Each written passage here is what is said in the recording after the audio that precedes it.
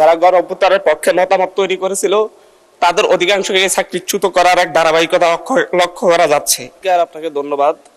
মাননীয় স্পিকার, স্বাধীন গণমাধ্যমের কথা বলে আমরা সংসদে এসেছি, কিন্তু নতুন সরকার গঠনের ঠিক পরপরই এখন টেলিভিশনের 4 জন সাংবাদিককে চাকরিচ্যুত করা হয়। কোনো ধরনের কারণ দর্শানোর নোটিশ ছাড়াই তাদেরকে চাকরিচ্যুত করা হয়। পরবর্তীতে এই ধরনের চাকরিচ্যুতির সংখ্যা বিভিন্ন টেলিভিশনে যারা গণ অভ্যুত্থানের সাথে সংশ্লিষ্ট ছিল, যারা গণ অভ্যুত্থানের পক্ষে মতামত তৈরি করেছিল তাদের অধিকাংশকে চাকরিচ্যুত করার এক ধারাবাহিকতা লক্ষ্য করা যাচ্ছে।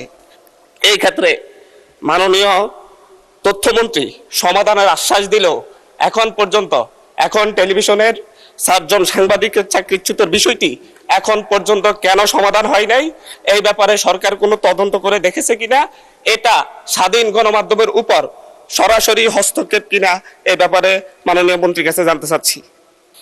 মাননীয় প্রতিমন্ত্রী। মাননীয় স্পিকার, আপনাকে ধন্যবাদ। মাননীয় সদস্য যদি মেনশন করে দিতেন কোন গণমাধ্যমের কথা বলছেন, কোন সাংবাদিকদের কথা বলছেন, তাহলে আমাদের জন্য সুবিধা হতো।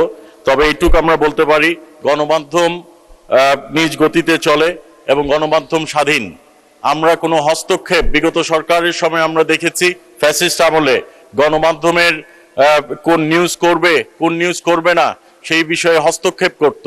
আমরা এই গণতন্ত্র সমুন্নত রাখার জন্য মাননীয় প্রধানমন্ত্রী তারেক রহমান সাহেবের নেতৃত্বে গণমাধ্যমের স্বাধীনতা আমরা নিশ্চিত করে চলেছি। ধন্যবাদ মাননীয় স্পিকার।